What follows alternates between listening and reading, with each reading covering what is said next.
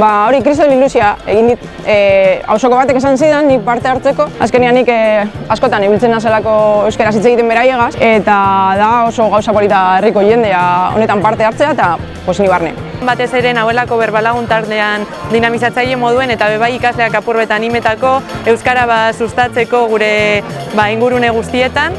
Euskarako niretzako gauzarik garrantzitsuena. Hemen gaude bultzatzeko euskara, ez bakarrik euskararen garean, baina urte osoan. Nire ama hizkuntza da, hizkuntza munduan egonaz, eta urtero egonaz murgilduta honelako mugimenduan eta jarraitzeko asmoa deko bebai. Edizio honetan hau bizi izango naz, aurrekoetan bezala, nik ikesiot dana euskaraz eta bebai apurbet esan moduan. Nire ikaslei apurbat bultzatzeko hori animetako bebai hau bizi izeten eta nigaz eta mundu guztiegaz euskaraz hitz egiten. Pizkatxo bat bi batera, ez?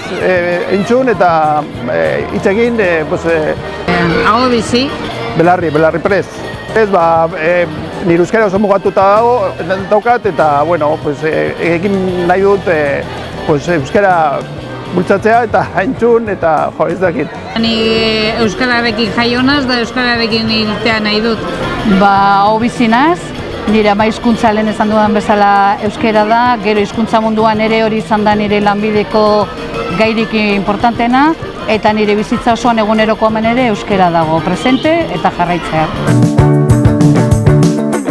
Bai nire adinekoa edo gazteagoak diren pertsonak eta neskatuak ikusten badute gure hobietan aldo guzela euskaraz hitz egin, nik uste dut saiatuko direla beraiek egiten, bai kirolan eta honi kirola egiteren joaten nazenean, saiatzen naz egiten eta hori da nire ideia.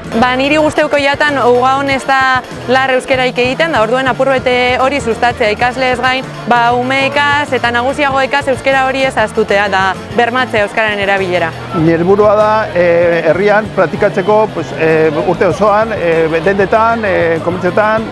Apurtxoa gehiago entzun digun euskaraz erdundun nahiko dago hemen. Uga behar duz herri erdalduna da, orduen eguneroko bizitzan bai erosketatan, bai harremanetan, tabernatan eta dana beharrezkoa delako eta zabaldu behar dugulako.